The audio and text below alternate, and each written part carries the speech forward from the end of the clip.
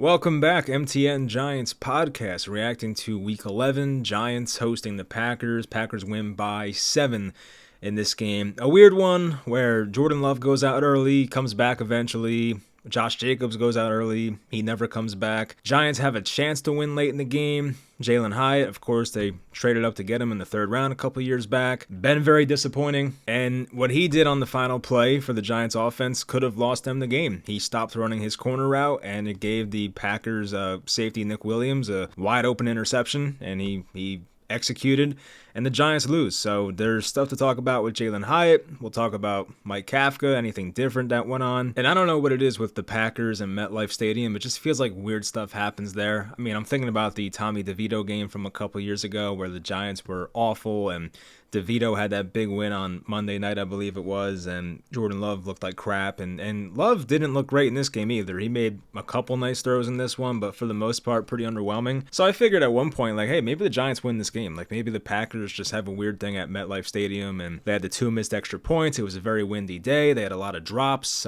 Dobbs had 2. Wicks had 1. I mean, Wicks drops everything anyway, so maybe that's not a win thing. And as I said, they had a real chance to win the game. So yeah, let's get into it. Let's talk about the Giants offense. Of course, leave a like, subscribe. The Giants had 336 total offensive yards, 4.9 yards per play. I would say an average offensive day, maybe a little above average, but you saw a little difference in what they would do. I mean, they ran the ball a lot early. They really tried to establish the run with Singletary, with Tracy, and Tracy had a good game. Singletary had a couple touchdowns. And I think coming into this with a 7-point spread and Jameis Winston playing, a lot of us thought like, hey, the Giants are going to air it out a bunch of times and Jameis is going to have a bunch of passing yards, but that's not really how it went. Giants ran the ball 38 times in this game compared to the Packers 23, which I will admit the Packers game plan got turned upside down because of Josh Jacobs getting hurt, and the Giants only passed the ball 29 times for 194 yards. For Jameis, I wasn't overly impressed, but it wasn't too bad either. We saw some nice throws over the middle, which Russell Wilson would not have given us. I think there were a couple late dig routes to Theo Johnson that were very nice throws. He had a couple nice ones to our old friend Isaiah Hodgins, who came back and made some big catches. I feel like those ones over the middle are the throws that Russell Wilson is not going to make. There are a couple deep balls that maybe Russell Wilson completes that Jameis Winston doesn't. But when you're talking over the middle, intermediate stuff, I would prefer Jameis at this point in his career, and we saw it today. And I know the stat book, once again, it says 1 interception, but Jameis easily could have had 3 or 4. I mean, the Packers had 1 in the third quarter where the guy, it hit off Wandale's hands, and one Packers defender literally had it in his hands, and for some reason, one of the Packers linebackers, his own teammate, came over and knocked the ball out of his hands. I mean, I get it. It's an interception. You want it for you, but that was a Giants kind of lucked out there. That was a crazy play. Rushing-wise, I mean, once again, they ran the ball a ton. It wasn't the most efficient. I thought Tyrone Tracy looked better in this game. 19 carries, 88 yards, 4.6 a carry. His longest was 17 yards. Jameis Winston, 3 carries, 10 yards. Then you had Singletary, who was very inefficient, but had the 2 touchdowns, 16 carries, only 44 yards. 2.8 a carry, but he is the goal line back. I mean, ever since the injury happened to Scadaboo, it seems like it's Devin Singletary at the goal line. I'm not sure why they're doing that. Maybe they trust him more. Maybe there's just analytics that back up that he's a better in-between the tackles runner. I don't know. But for anybody, like if you rostered Tyrone Tracy in fantasy, which was me, I was like, man, this is annoying. Like I thought I was going to have pretty much a 3-down back on my hands, but then every time they get inside the 10, it's like, oh, there's Singletary. So that seems like what they're going to do. Receiving-wise, Tracy had a couple nice screen passes. It was 4 catches, 51 yards for him. Singletary 1 catch for 3 yards. Hodgins came back, 5 catches for 57 yards. So we know the Giants dropped my phone. They let Lil Jordan Humphrey go back to the Broncos, and some fans were like, what the hell are they doing? But then they get Isaiah Hodgins back, so it kind of makes up for it. Wandale Robinson, a quiet game, 4 catches, 36 yards. I just don't think Wandale's skill set matches up with Jameis Winston too well. I just don't think those guys will have the best chemistry, but it does seem like Jackson Dart will come back next week anyway, so it shouldn't be something we have to worry about long term. Theo Johnson, 3 catches, 36 yards. Once again, nothing too overly impressive. He had a nice hands catch on the sideline late in the game, and he had the 2 dig routes that were like some big first downs. So yeah, he had a couple of like big catches, I guess, based on the scenario in the game. And then you had Jaylen Hyatt, 2 catches for 18 yards, 4 targets. One of those cost the Giants the game once again. Now, I think on this final play where the interception occurred, I don't think it was a sure thing that Hyatt catches that ball. I don't think that's what people are saying. It's more so that he gave up on the route. Like if Jaylen Hyatt had ran that route, he would have had like leverage on the corner or the safety because he would have been in front of him. And there's a chance that maybe Hyatt jumps up and gets that one and comes down with it. Like, you never know. And that could have been his Giants moment. But unfortunately, it just goes into like this now long list of things Jaylen Hyatt has done that has pissed us off. I mean, even going back to like the preseason, right? He had that game where he dropped like 3 deep balls. He did catch one eventually for a touchdown, but the guy's been frustrating. You know, we saw what we saw at college and he was great, but it all goes back to that famous video of that Cowboy scout that was talking to Hyatt before the draft happened. And you know, I think the Cowboy scout says something along the lines of, we don't think you can run every route, and Jaylen Hyatt was like, nah, I can run every route. And yeah, it seems like that scout was pretty much onto something. So I'm sure it's like an ego thing, a pride thing. You don't want to cut cost with a 3rd round pick that you traded up for, and Joe Shane is the guy still in charge here. So I'm sure Jaylen Hyatt will stay on board, but for any confidence that we have for him ever turning into something, my confidence level is pretty much a 0. I thought maybe coming into this year, can the guy become a player that gets especially when Russell Wilson was starting, because that's a guy who was known for the moon ball. I figured, hey, that's a pretty good fit for Jaylen Hyatt. Like, he might get a couple of post routes or some 9 routes that are big plays, but he just can't do anything. It's been overly frustrating, and that's just, it is what it is with Jaylen Hyatt. He's not going to be reliable. He's not going to run every route at a high level, and the Giants just have to cut cost eventually. I think he's a free agent after next year, so I just don't think they should bring him back next year. I don't know what he adds to this team. I'd rather just use his spot on a guy that can actually play special teams or something, because like the Giants have had games. I mean, there was the one a couple weeks ago where Hyatt was active, and I think it was the one against Chicago, and the guy like played no snaps. It's like, why are you having this receiver active to play no snaps? Like, you want to use every roster spot for somebody that's going to do something, and Jaylen Hyatt's out there at receiver like literally not playing. So it's like that's frustrating. So I'm ready to move on. He's made too many mistakes. He's not reliable, and it is what it is. It just goes down as a draft miss. The Giants defense, looking at the box score, I mean, nothing stands out too much. Of course, Brian Burns did his thing, 3 solo tackles, 2 sacks, did have 1 pass defended. Demetrius Flanagan-Fowles had a pass defended. He had almost a big play, the Luke Musgrave fumble, where it wasn't like Flanagan-Fowles caused the fumble. I just think Luke Musgrave didn't catch it, which is what the rule was eventually, but it was like he tackled his feet basically, and Musgrave just dropped the ball. It was weird. So he almost got a forced fumble, but didn't get it. Dexter Lawrence, he made 1 big play in this game. He basically hit Jordan Love as he was throwing and forced an incompletion. Outside of that, there wasn't too much of Lawrence that I heard of. 1 solo tackle. I did see him get double teamed a few times, so it's like that probably goes into it as well. Roy Robertson Harris, he made 1 nice play at one point. He did have a big pressure. I forget what happened on that play, but we'll go over it. Javon Holland, all I remember from Javon Holland was just him getting destroyed on the goal line when the Packers had that touchdown to that 3rd tight end on their depth chart, which I don't know. I don't know if that should have been offensive pass interference. I do believe it was within a yard, but he hit him pretty freaking hard. So I'm not sure what happened there, but maybe the refs will come out and say something, but maybe that'll get sorted out or something. I'm not sure what the call was supposed to be, but Dane Belton, he had maybe a couple nice moments. I remember that one play, he was stride for stride with Matthew Golden, who runs like a 4.3 or something, so that was pretty impressive. Cordell Flott, just typical up and down game. Did have a forced fumble, so we'll take that. And Abdul Carter, I'm not sure. I mean, this was a weird one. It was like he was supposed to step up today with Kayvon Thibodeau out, and there were a couple plays where Abdul Carter, you just saw the explosiveness in the get-off. It was insane. One play, he got right by the Packers left tackle. It was pretty insane. He beat him inside. I forget what happened on the play. I wrote it down once again in my phone. We'll go over them in a second. But so Abdul Carter flashed in this game, but you don't look at this game and be like, man, Abdul Carter, he made a big impact. So I don't know, if you go back and watch the film, there's going to be reps where it's like, damn, he shot out of a cannon, he looked great, but it just wasn't consistent. And I'm not sure why he sat the first drive. And Timon Fox was out there, who, by the way, Timon Fox on that first drive got juked out of his shoes against Jordan Love, and then he threw it to Dobbs, who dropped it. But I'm like, why the hell isn't Abdul Carter playing? So I'm not sure if he was late to a practice or a meeting or something. I don't know. It was just weird to see that. Corey Black had his typical game. He had the unfortunate responsibility of guarding Christian Watson on the final corner route. That was a touchdown, and that was just an insane catch. I mean, sometimes you get mossed and there's nothing you can do about it. You play great defense, you're in the right spot, and a guy just makes a play, and I feel like that's what that was. So Corey Black just, probably shouldn't be playing this many snaps in the NFL, but given the injuries and Paulson Adebo being out for 5 games now, it's pretty annoying, but I guess it is what it is. All right, notes section time. Mike's notes, as we say. I wrote down wind definitely played a factor. Missed kicks, some bad drops, the inactives that were important. Jackson Dart, Darius Slayton, Kayvon, Tyler Nubin, Chauncey Golston out once again. Nacho was out in this game, so Roy Robertson Harris played a bit more. So the first drive was impressive. I mean, it's hey, Mike Kafka, first drive without Brian Dable being in control. Let's see how he does here. And there was a lot of running. I feel like the first 5 out of 6 plays were a running play. And it wasn't once again, they didn't have the most success on these runs, but they were getting 4 or 5 yards a carry, 3 yards,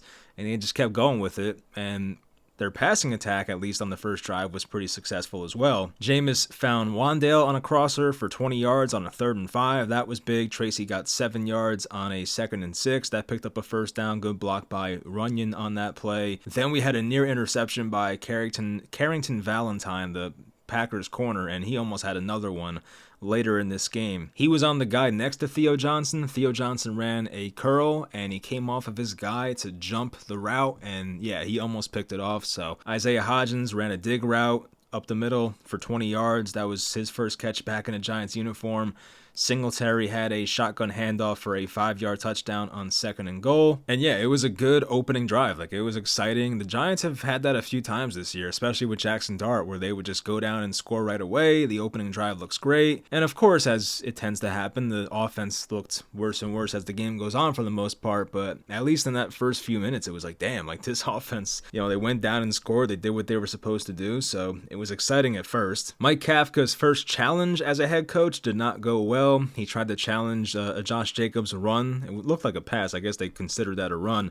But he challenged if he stepped out of bounds, trying to pretty much gain an extra 10 yards. It was very close, but it turned out Jacobs did not step out of bounds, so he lost that challenge. Romeo Doubs wide open on a 3rd down crosser. It looked like Cordell Flott got cooked right away, and this was also the play where Timon Fox had an easy sack, and he just missed Jordan Love, who juked him, and luckily it was dropped by Romeo Doubs. Once again, the wind could have played a factor. Carrington Valentine almost had another interception, this one on 3rd and 9. I forget who he was covering, but it's another one where he came off of his guy, almost caught the pick. So we have MLB free agency. Josh Naylor back with the Mariners for 5 years. I guess baseball free agency starts today. I did not know this, but I guess we'll break some news if shit keeps coming up. And that was the Jameis experience today. I feel like he would stare down a guy, and he's done this for years, but he would stare down a guy, and the guy next to him would come off of his guy, and it was a near interception a few times. So he got lucky, but I don't know. They're not going to...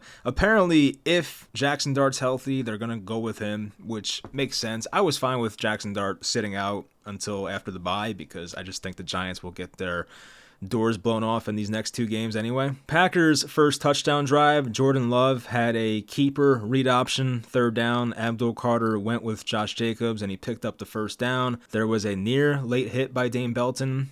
Basically Jordan Love slid and Dane Belton hit him, and a lot of times that's a flag, but luckily not. There was an end around to Bo Melton for 15 yards. Drew Phillips could not get off his block. A 3rd and 8, this is when Malik Willis came in. He ran a quarterback keeper. Abdul Carter and Deontay Banks did not see him keep the ball. I don't know what happened there, but that was a bad play by those 2 guys. Okereke had a big goal line stop on Josh Jacobs. Then there was the 3rd down rollout. Christian Watson was found by Malik Willis, who just, I don't even know how he fit this throw in here. It was crazy. He was rolling to his right, just rifled one in, and somehow Watson caught it. It was the defender was draped all over him. It was Deontay Banks in coverage. Brian Burns had pressure. It was everything went well for the Giants. And sometimes an offensive player just makes a better play, and it is what it is. I feel like the Giants were in good position there, and it just didn't happen. Extra point was missed by, I think it's Lucas Haversick was his name. I think that guy kicked for the Rams or something. I feel like I've seen that name before. Wandale had an out route drop on the next drive. It was a 3rd and 3. He bobbled it. That's when the ref did the 6-7 thing, and it kind of went popular. I remember I saw the ref do it, and I was like, oh my God, he did it. And then Scott Hansen said it on Red Zone, so we had a good laugh there, me and my buddies. Giants have to punt there. Jordan Love came back in. Josh Jacobs went to the locker room.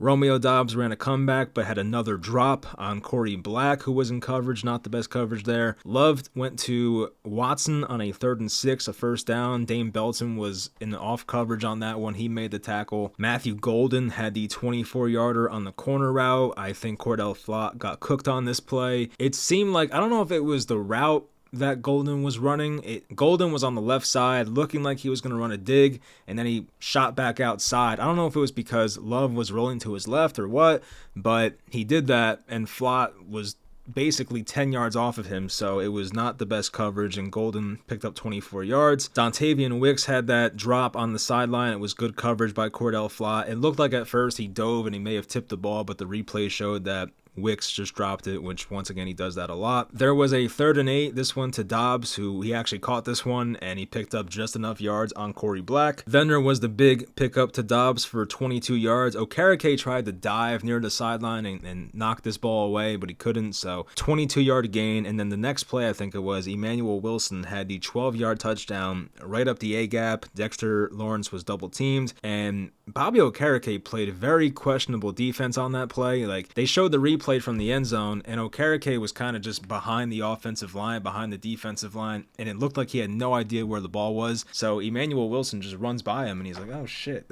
I'm supposed to tackle that guy. So that was not good defense there, but just an untouched 12-yard touchdown. I think maybe Deonte Banks could have got him at like the 2-yard line, but you know that's not going to happen. So then we have a 13-7 Green Bay lead. False start on Illuminor on a 3rd and 7 makes it a 3rd and 12. The Tyrone Tracy screenplay on 3rd and 12. This got blown up by Edgerrin Cooper, but somehow Tracy spun out of it and he was able to pick up the extra yards and get the first down. It was a very nice individual effort by Tyrone Tracy on this play. Then we had a crazy, Jameis Winston had a couple moments where it's like, oh, there's a Jameis moment. And I can't say this is like in a bad way, but he had a 3rd and 1 quarterback sneak where Jameis picked up 10 yards. You don't see quarterback sneaks going for 10 yards. It's like a lot of times you get 1 yard, 2 yards, maybe 3 yards. And at first, like, the A-gap was open, so it made sense to run the quarterback sneak. And Jameis stays on his feet, keeps the feet going, then he backs up, and he backs up for like 7 more yards. So I give the offensive lineman some credit, Jameis some credit. That was a great 10-yard quarterback sneak. There was a pass interference on Theo Johnson in the end zone. Giants got down to the 1. They tried to use Elijah Chapman as the lead blocker at fullback, and he basically pushed his guy into the ball carrier, so that experiment didn't go too well. But then the Giants ran this T formation, weird play, gave it to Singletary. He scored from 2 yards out, so they score anyway. Then we have a chop block on Austin Schlottman on the first extra point, which Koo made. Then they move the extra point back 15 yards because of the chop block, and then Koo misses it terribly. Just pulled it left, had no chance. It looked like me kicking out there, so that was just not ideal. So then we have a 13-13 game. Love was hit as he threw by Abdul Carter. This was the play he had the insane get off, and I thought Carter was going to get the sack, but he found Romeo Doubs for an 11-yard gain. On this play, Doubs was covered well, I remember, but it was just, once again, the offense made a better play. I feel like there were a few plays in this game, once again, where the Giants were in good position and the Packers made a better play, so you have to just kind of tip your cap there. There was the weird play where the ball was snapped on the ground, like Jordan Love tried to get it with his left hand. It was a bad snap, rolled on the ground. Love picks it up, throws it to the tight end in the flat, and then Musgrave fumbles as he's tackled by Flanagan Fowles, and then they review the call and they determined that he didn't catch it, so it just was an incomplete pass. But anyway, Love got sacked on the next play. I think he tripped on his offensive lineman's foot, and then Brian Burns just touched him on the ground, like one of those easy sacks. So if he didn't get tripped, maybe he runs for the first down or finds a guy over the middle, but luckily he did get sacked.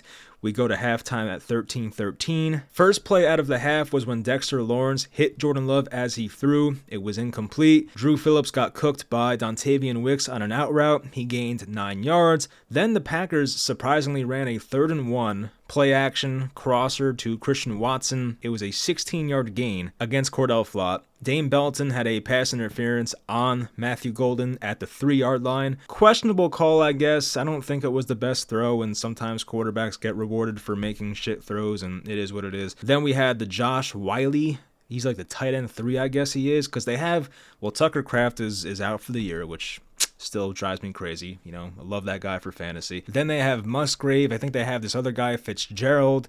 And now they have this other guy, Josh Wiley, who that might have been his first career touchdown. I don't know. But he's wide open because Javon Holland just once again gets blown up from an offensive pick, which I don't know if that was legal. It was still within 1 yard. Maybe it was. So wide open touchdown as Christian Watson takes out Javon Holland, and Haversick missed another extra point. So now it's 19-13 Green Bay. So the Giants have a chance to go down, get the 6-point touchdown, and then get the extra point, which would give them the lead. The Giants had a 4th and 1 direct snap to Singletary. It looked like he was short at first, but just kept his legs churning and got the first down. Bellinger had a 3-yard catch that was ruled complete at first. Matt LaFleur challenged. The Packers won that challenge. By the way, this is off topic, and I know like I don't know if I have to say like no Diddy or whatever before this, but my girlfriend says that Matt LaFleur is the best looking coach in the NFL. I disagreed. I think it's Canales on the Panthers. I mean, once again, no Diddy, none of that, but I'm just putting that out there. So if you want to leave in the comments, if any girls are watching, or if you're a guy who's comfortable with where you're at, if you want to put that in the comments, maybe we'll do a little a voting box or something. I don't even know if you can do polls, but I'll try to figure that out. So anyway, LaFleur wins the challenge. So the Giants go for it on 4th and 3. Jameis Winston, he rolls out. He finds Isaiah Hodgins breaking out for a first down. Jaylen Hyatt had a curl for a first down. Thanks, Jaylen. That was your one contribution. 4th and 3, Jameis gets sacked. Micah Parsons got pressure on Illuminor.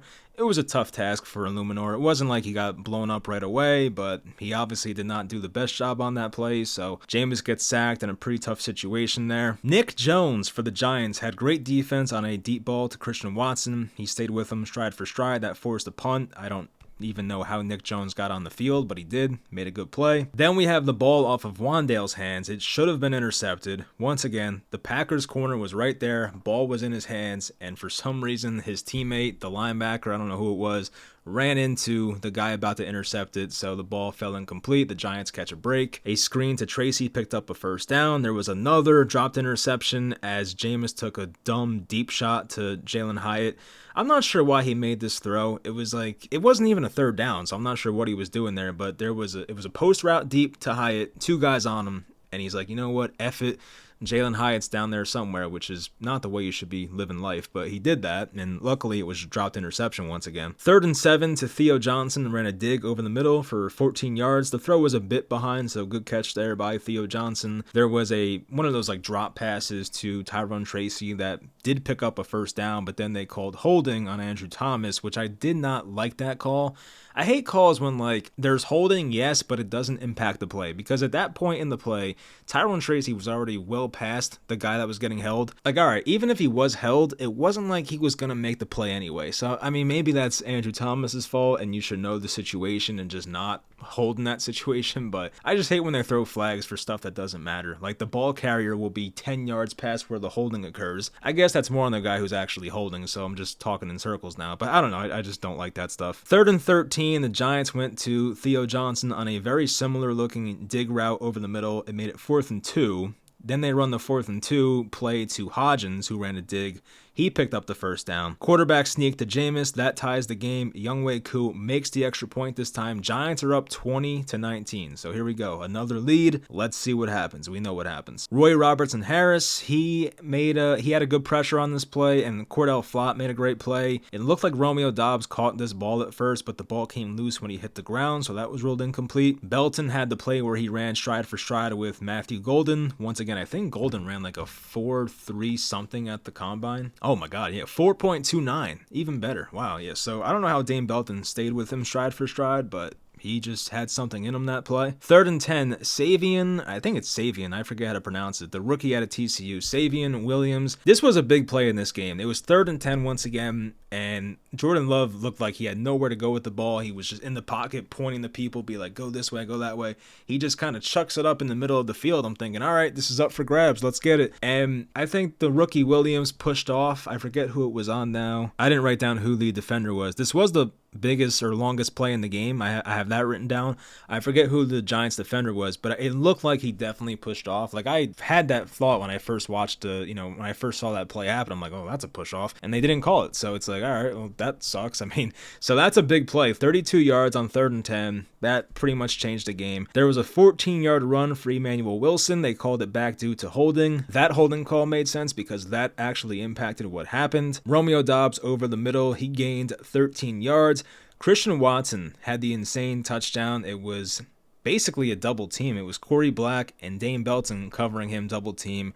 They throw it back corner of the end zone like 20 yards out, and somehow, some way, Watson, Watson's a big play guy, but I just don't think he makes too many catches like that. I was pretty surprised. Like, I feel like I've not watched every single Christian Watson route, but I've watched a good amount. I've had him in fantasy before. It's like every time I feel like he's given a contested catch, it's like it gets knocked out or he just drops it. I feel like he doesn't catch those too often, so it's like just the Giants' luck that he happened to come down with that. They go for a 2-point conversion, maybe because Haversack was awful, or maybe it was just to make it a 3-point game, which is probably the more likely reason. And they pick it up. It was the running back, Emmanuel Wilson, coming out of the backfield. He basically ran out, went parallel with the goal line, and he was open, so it was a good throw by Jordan Love.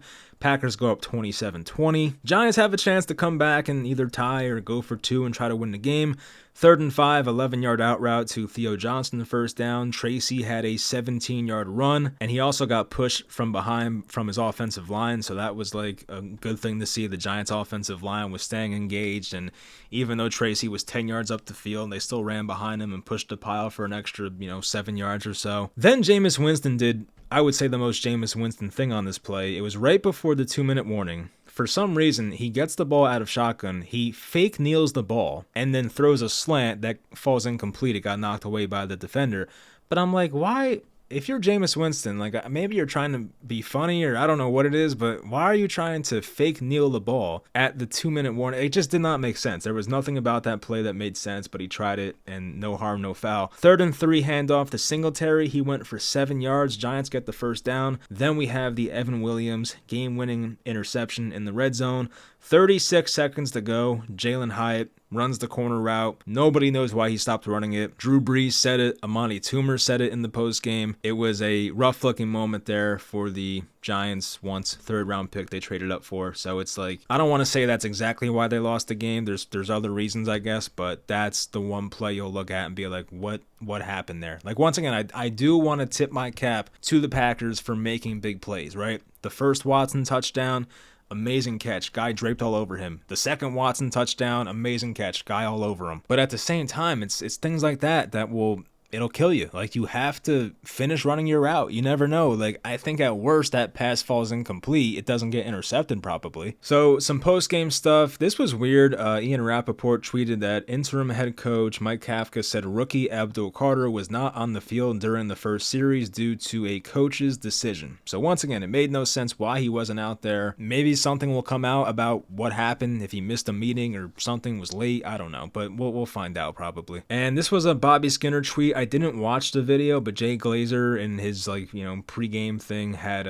some coaches' names that he listed. And usually Glazer's pretty tapped in with the Giants, so I do want to listen to what he says, but he listed some potential head coaching names for the Giants. The first one, Mike McCarthy, Matt Nagy, which I don't think I'd love that. Arthur Smith, I would not love that. Steve Spagnuolo, that makes sense. Lou Anarumo, who is from the area apparently, and another defensive guy. Chris Shula, another defensive guy from the LA Rams. So it's 3 defensive guys, 3 offensive guys. So the first 3, Nagy, Smith, and McCarthy, are offensive. The other 3 were defensive guys. It still seems like the Giants want a guy who is at least experienced and has been there before. Most of these guys on this list have been head coaches before. McCarthy has for a long time. Matt Nagy has. Arthur Smith has. Spagnuolo has. Anarumo don't think he has, but he went to the Super Bowl as a DC. Chris Shula hasn't. So 4 of these 6 names have been head coaches. But it seems like the Giants want a guy who's been experienced and more of like the CEO type that overlooks everything, which is kind of what they went for with Joe Judge. And then, it's like they go back and forth. It's like the Pat Shurmur year, they want a guy who's an offensive guy to help kind of make Eli great again, which is what people called that season. So they go for Pat Shurmur, who coming off the great season with Case Keenum at quarterback.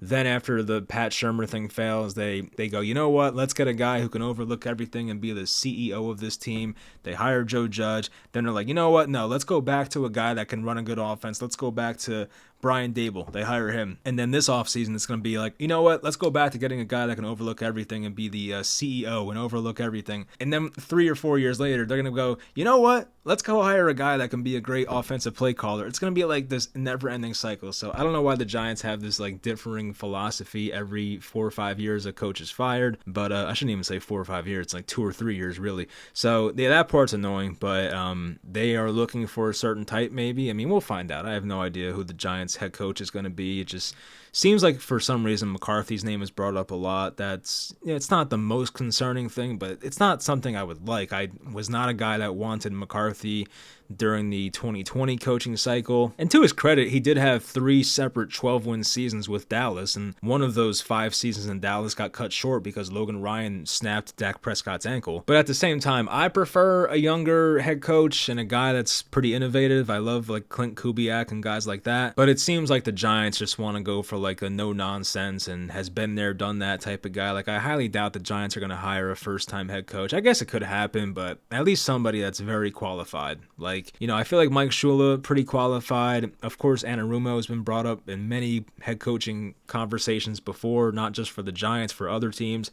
So I feel like he's been there, done that. He's been qualified. And then you have these other names that, they've been there, done that. So I don't know. We'll find out. But it's going to be a fun conversation for the offseason, there's no doubt. And if you look right now, the Giants are second on Tankathon. I have to admit, I have not checked Tankathon really at all this football season. I just don't seem to care as much because the Giants have their quarterback, thank God. At least we think they do. And there's no shot they're going to draft one in April. I mean, I would put it at like 0.1%. I don't want to like never say never. So I kind of somewhat wanted them to win today, but when they lost, I wasn't too mad about it either. I kind of just watched the games and it's like whatever happens, happens. I'm not going to get too emotionally invested. I try to watch and just take note of who's playing well, what's the tendencies, what's going on here. Another news thing we didn't talk about was that Evan Neal went to season-ending IR for a hamstring, which his Giants career is pretty much all but over. Like, that's another bust of a pick, and I don't want to dive into a whole Joe Schoen conversation, but the fact that he can draft Evan Neal and draft Hyatt and, like, draft all these different guys, who else am I missing? JMS, Deontay Banks, like, the fact that he can miss on so many guys and just not really seem to be at fault is crazy. Now, there's still a chance, once again, that Joe Schoen is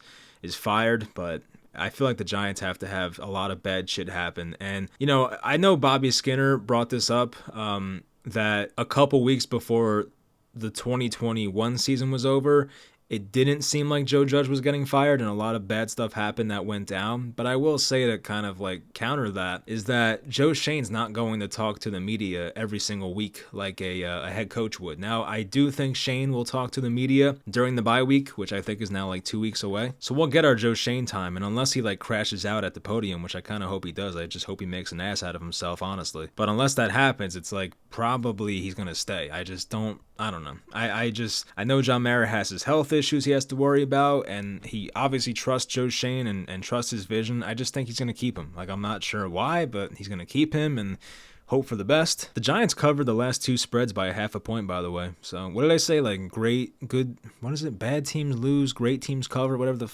dumb saying is. So the Giants were 4.5 point dogs against the Bears. They lost by 4, and they were 7.5 point dogs today, and they lost by 7. So hey, like they're covering spreads. Next week, the Giants are plus 11.5 with a 49.5 over under at Detroit. Then they're at the Patriots. So I think the Giants will lose their next 2 games. It depends by how many points. I don't think there's any shot they beat the Lions. I really don't think there's any shot. Unless Jared Goff gets hurt in this game, which I'm not sure if that's going to happen. I'm watching it now. I guess the Pats, they have a chance to beat. I think the Pats kind of benefit from an easy schedule. They did beat the Bills, but the more you watch the Bills, the more you're like, I don't even know if they're that good. So I'll put it at like a 10% chance they can beat the Patriots, but in all likelihood, they're going to go into the bye week at 2-11, which is, it's embarrassing. But I do think they can win games coming out the bye. I mean, they probably should beat Washington. Washington almost won this morning, actually, but they should beat Washington. I think they could beat Minnesota at home.